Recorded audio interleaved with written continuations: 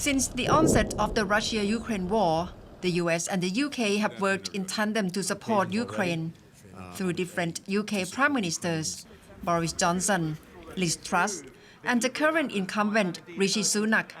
The UK has committed to standing with Ukraine. During an interview with the British ambassador to Thailand, Thai PBS World asked him to outline British foreign policy in the current circumstances. For many decades, the UK government has stood up very strongly for freedom, for democracy and for international law. So in one sense, it should be a surprise to no one that when Russia invades its neighbour, Ukraine, and violates the UN Charter and violates international law, the UK is going to stand up and object to this in the strongest terms. So the Ukraine war now is clearly a top priority for the British government's foreign policy. We must make sure that Russia withdraws. And the UK is putting a lot of pressure on Russia, including through sanctions. We've sanctioned over 1,000 individuals and frozen over £18 billion worth of Russian assets. But we're also providing as much support as possible to Ukraine's efforts in pushing Russia back. So, for instance, we've provided over £2 billion worth of military assistance. We've provided over £1.5 billion worth of humanitarian and economic assistance. And we're working together internationally with our partners to make the case for protection of sovereignty, territorial integrity, and to preserve Ukraine's right to be a nation state. Overall, how does it change the path of foreign policy of the UK? I don't think it's shifted our essential values that we will always stand up for, but I think it has served as a reminder that even in 2022, last year, Russia can invade a sovereign country. This is something that hasn't happened for many, many years, and it's something that we must stand up for. But I do think the point I just made about countries around the world needing to stand up for the international order is key. And what we saw in the 21st century is that after two devastating world wars, the international community joined together and created international institutions like the United Nations, like the World Trade Organization. And on the back of those institutions, we've had an era of global stability and peace, largely. We've had the most incredible process of development, lifting people out of poverty. We've had, for instance, 50 years ago, half the world was living in poverty. And today that figure is 10%. So there's been huge progress in development, huge progress in science, in healthcare, and this has been on the back of the international order, the international institutions that we have created. And the decision and choice facing the world today is whether we uphold those institutions and international law, or let countries destroy it through force, or try to change it forcefully. And I think, and the UK is very clear, that countries around the world have a common interest in standing up for these institutions. Recently, the British Prime Minister emphasized the importance of their Indo-Pacific strategy. Mr. Sunak vowed to pay more attention to the Indo-Pacific region, which implies a balancing of power with China.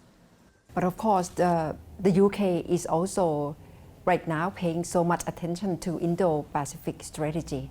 So how do you put your position under this global circumstance and Indo-Pacific strategy that you have to also push forward?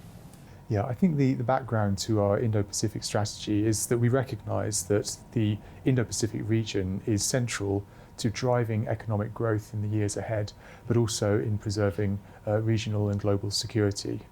And to give you a statistic, by 2050, the Indo-Pacific region is expected to drive about half of global growth, maybe more. So we need to broaden and deepen our economic ties in this region. But with 60% of global trade routes going through the Indo-Pacific region, you can't separate security from economic interests. So you need stability, you need safety, you need to protect international law in this region in order for trade flows to continue. As the Indo-Pacific region gets more prosperous and develops, which is a very good thing, they will have more weight in terms of global politics, more influence in terms of the international order. So we want to work with countries as this happens because we see ourselves as having common interests. And our new Prime Minister, Rishi Sunak, has also given a number of speeches, including one before Christmas, where he was setting out his commitment to defending Ukraine until Russia withdraws. his commitment to the Indo-Pacific region, but also he talked a lot about China as being a systemic competitor to the UK and other countries in terms of some of its international activity. So we have to take a pragmatic approach to our relationship with China and indeed relationships everywhere, working together where we can on shared priorities like the low carbon transition, but also making sure we're resilient and managing risks. So just when On bilateral relations with Thailand, Ambassador Gooding discussed the three areas in which there will be promotion of closer cooperation between the two countries, especially in science, innovation, and digital technology. How have you stepped up closer cooperation between Thailand and the UK? Well, as I say, as part of our Indo-Pacific strengthening of our relationships, we're very keen to build our relationship with Thailand. And I would say that we're working from a very strong base. Thailand and the UK have had a very close relationship for many years. Of course, we have the relationship between our royal families, but also many other family links, lots of visitors in both directions every year. But in the last couple of years, we've made real progress. And I would say broadly, there are three categories. So first of all, on the economic relationship, last year we set up a new ministerial joint economic and trade committee. And we have a number of new areas of collaboration within that. So for instance, we're working much more on digital relationships, so digital technology, digital trade. Second, we need to work more on security issues, and that means both bilaterally working together on things like counterterrorism, on defence, on cybersecurity, but also working together in the region and globally. So, for instance, in the situation in Myanmar, the UK is strongly supporting ASEAN's efforts to pursue its 5-point consensus. And the third and last area for collaboration is people to people.